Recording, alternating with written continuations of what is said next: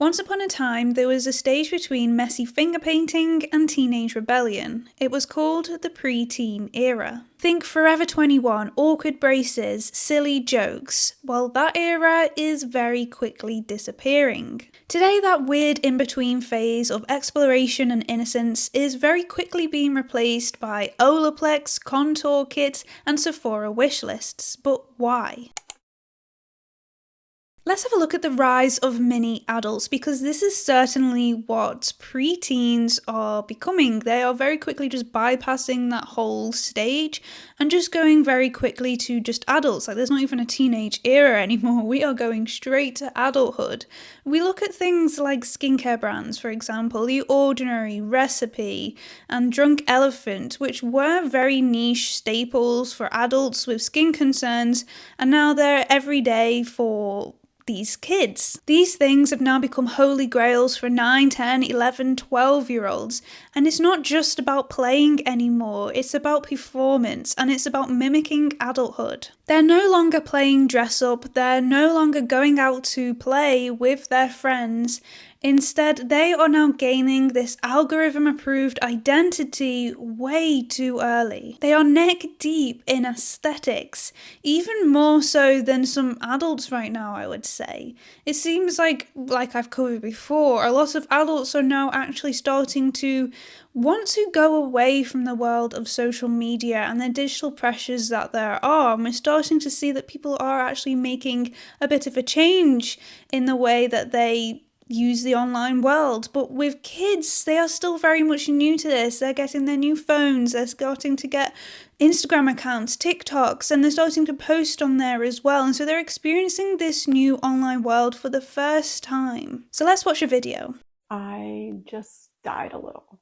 Why does this adorable 11-year-old need makeup and the skincare routine, which is more complicated than mine? So yeah, this dermatologist is just reacting to this and just asking the question of why. And I think the question really here is just simply why, because at 12 years old, she does not need this much skincare. You just need like a simple cleanser because your face does get dirty, and a moisturizer, SPF.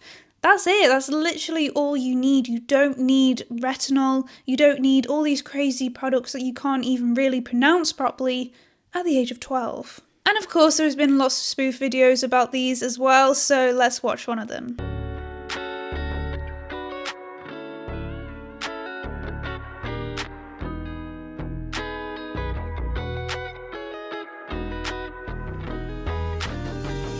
I feel like this is really resonating with a lot of adults as well, and that's why they're so passionate probably about talking about things like this, because there is so much expensive products being used here, and it's just like a crazy amount that a lot of adults just simply can't even afford. So how these kids are able to, well, we know why, it's their parents giving in.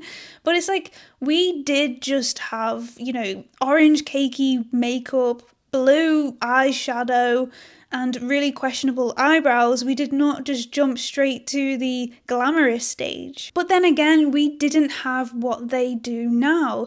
Yes, when I was about 12, 13 years old, social media really was starting to gain a bit more traction, but it certainly was nothing like it is today. I mean, Reels and TikTok, it wasn't even a thing at the time. And this is something that has completely shaped content as we now know it. We had the odd YouTuber, like Zoella and that kind of group, who would tell you makeup things, but generally, you just copy your friends and you do what they did, and you just try and experiment and things like that, which is kind of, I guess, what you're supposed to do. But now you do have kidfluencers, you have influencers, and they are absolutely everywhere. Talking about kidfluencers, I think the whole thing is quite icky to me, to be honest. It's a bit, because if you have watched the Kidfluencers, the documentary on Netflix, then you will probably understand. And this is about Piper Raquel, who was part of this group called The Squad from a very young age, probably about 8, 9, 10, similar age to kids who are, watching this type of content now. And yeah, it just shows how a lot of this type of content, a lot of these kids making these types of videos with all this skincare, with all this stuff, you see behind it as an adult what you don't see as a kid. So these kids are watching it and thinking, I should look like this, I want to be like this, I want this product. Whereas as us as adults, I think we're looking at this very differently now. We're going, this is a bit exploitative. Like, who is behind this? Why are her parents allowing her to put herself online like this? Because she is definitely not of the age that you're supposed to have Instagram, Facebook, TikTok. I'm pretty sure it's 13, but even then, like, that is so young to be seeing some of the stuff that you can see online right now. But yeah, if you haven't watched that documentary, I highly recommend that you go and watch it, because it really does show I would say probably the extremes, but again, you don't know behind what actually happens with these kind of social media families, with these kidfluencers, and it is genuinely scary. The exploitation that happens, the fact that these parents are really just controlling everything to a scary and strange amount. And also the fact that there are no social media laws, like, at all. There is for things like acting, for example, in America, there's the Coogan laws, I believe.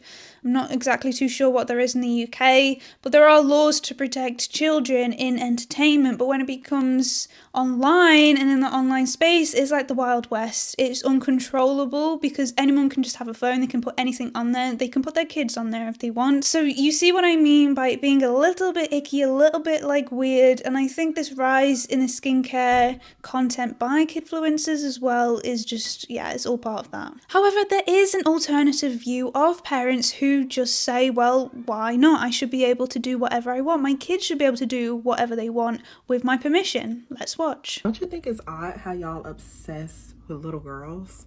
For the past week, every time I get on here, it is people complaining about little girls being in Sephora. You know, the makeup, cosmetic store. Like, what the hell is wrong with the 10, 11, 12, 13-year-old being in Sephora? They sell lip gloss. I've seen 2 Sephora employees, a nanny, and even a grown-ass man speak on how these children are doomed and basically just up because they're in Sephora buying skincare. So I do understand what she is saying here. Like, I do understand, when you get to that certain age of being 12, you do feel more conscious of yourself, you feel more awkward, your body's changing, you feel weird, all these different types of things. And so this is the point when you do start to recognize makeup, when you do start to recognize skincare and these products and you start seeing them. And yes, I think we can all probably say that at 11, 12, we didn't probably look our best, but that's because we were 11, 12. Like, we were children at the same time. Like, we are going through this awkward phase of transitioning to being a teenager, but that's kind of what is meant to happen. You're not meant to look perfect because, again, we're humans. We're not meant to look perfect at any stage of our lives because it's impossible. But specifically at this age, you do feel different because your body is going through many different changes, of course. And so as she says here, why not have a little bit of lip gloss? Why not have some face masks? So in this way, I do understand. Why can't kids just go to Sephora and have some of these things, make a video about it? Let me know your thoughts and feelings about this, particularly down below, and what she says. So let's have a look at who is exactly profiting from this, because let's be honest, kids, they don't just suddenly wake up one day and say they want Drunk Elephant skincare. They don't just say that they want ordinary skincare. They don't just say that they want Charlotte Tilbury makeup. That's just not what happens. We know what's happening here, and it is social media algorithms that are spreading this type of content and this type of beauty standards faster than any playground gossip ever could. And of course, all the many different companies who thrive on your money, of course, are seeing this type of content, are seeing this demand from children, and are capitalizing on it. When a 12-year-old becomes an affiliate for a £60 serum, this isn't empowerment, this is a marketing strategy. And those brands are incredibly expensive. It's not just like collection makeup or your dollar store type of makeup, Poundland type of makeup. It's not just the stuff that you would go and get a bit of pocket money and then go and spend it in, the local store. Like, you don't see this type of makeup that they're using. Again, drunk elephant seems to be the thing that a lot of these kids are wanting to have. And I saw, well, if you just literally just go and Google drunk elephant, like right now, if you just go and Google it, you will see that there are so much things, creams, different various things I can't even pronounce. But I saw one lotion kit that was worth £60 for just small lotions, like a little bottle, like they seem like travel-sized lotions. For a child, that's crazy. Let's watch a video of a 12-year-old's vanity. I'm gonna show you everything a 12-year-old has in their vanity right now. I'm 21 and she honestly has more skincare than I do. This is all the bubble stuff my cousin has. The Drunk Elephant, Glow Recipe, these two are empty. Charlotte Tilbury, Sol de Janeiro, The Ordinary, Summer Fridays, Bliss, Laneige, and Supergoop. Let me know if I should have my cousin on to do a skincare get ready with me. So as you can see here, this is a serious amount of high-end products. Products that, again, like I said, many adults just simply can't afford and won't have. Because the thing with skincare, makeup, it's not like, I guess, clothes. Clothes do get worn out and whatever, but they last a lot longer. You can rewear them for many, many years, whereas products like this, they just, they go out, especially if you're not being frugal with it and you're just layering it on like a lot of these kids are doing. They go fast. What she has just shown here is probably close to £1,000 worth of products. Let me know if you actually know probably how much all this comes to, but it is a lot of money. And of course, the issue with this is that it's children doing this. And so other children are going to be seeing this and wanting this. And if they don't get it, they're obviously going to be unhappy. They're going to probably have arguments with their families, with their parents, and want it, demand it. Their parents are going to feel like they can't give them it, because if they don't have the money, which is fair enough, they're going to feel like bad parents because, whoever in her class has this and she wants it to be like them too.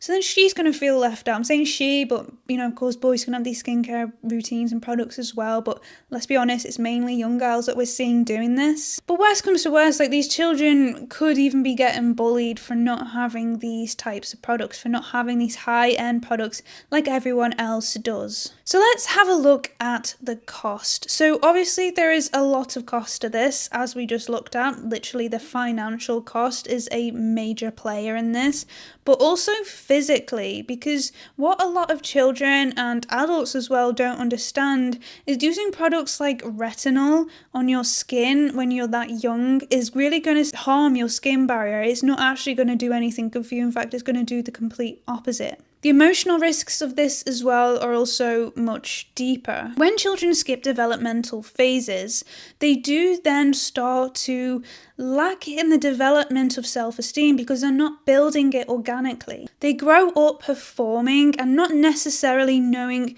who they actually are because they've spent way too much time. Obviously, again, social media is adding to this, looking at this type of content, performing in this type of way, and not knowing actually who they are, because that stage, that preteen stage, is actually quite a key stage for understanding a little bit more about who you are, what you want, what you like, those types of things, because you're now stepping into a new phase of life. Let's watch a video.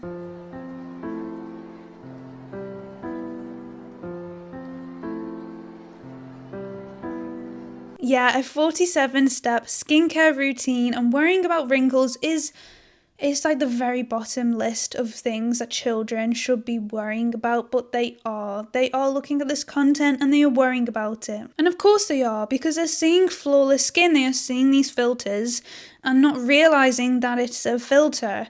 They are seeing that your looks are very much deeply tied to your worth, and this is something that you see time and time again on social media, which is what they're mainly looking at all day long. And of course this adds a very dark undertone here, because these kids aren't even going into high school yet they're tying their entire identities to their looks, to trying to be flawless. And as we all know, well, we try to know, that's not really possible. We are We're always going to have flaws, that's inevitable. But this precedence on their appearance, this push to look a certain way, to perform, it's all happening before they even reach puberty. I want to just quickly read you an extract from The Guardian. It is from 2016, but I think that just actually highlights how we really just haven't even moved at all from these types of issues, and in fact we're probably going back. So let's look. So it says, a third of 7 to 10-year-old girls believe that they are judged on their appearance, and a quarter feel the need to be perfect, according to a study by Girl Guiding UK.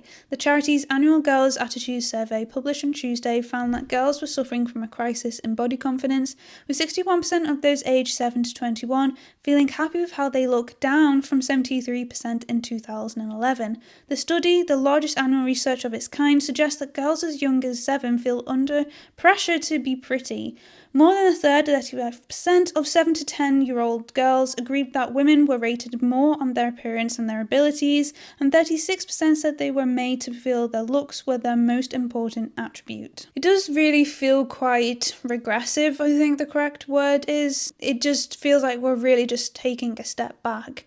We're putting so much presence on women and their looks once again, instead of what they can contribute all around. We are not just our looks, and we have, we've gone through this for the entirety of history, of just being something to look at, of just being our looks, of just being that. But we are so much more than that, and I think this is really not a good sign, probably, of what we're going towards in the future. But this certainly isn't about shaming kids, and not even really about shaming the parents. It's about asking questions, and this is where we need to begin. It's about asking a simple question of how have we created a world where 10-year-olds feel the need to anti-age? We need to make room for imperfection, for awkwardness, for cringy stages, for simply being a kid.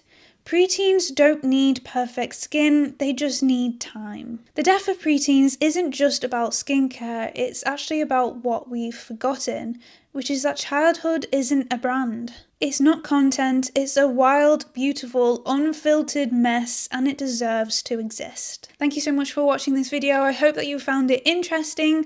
Let me know your thoughts and your feelings down below on this, and I will see you in the next one. Bye!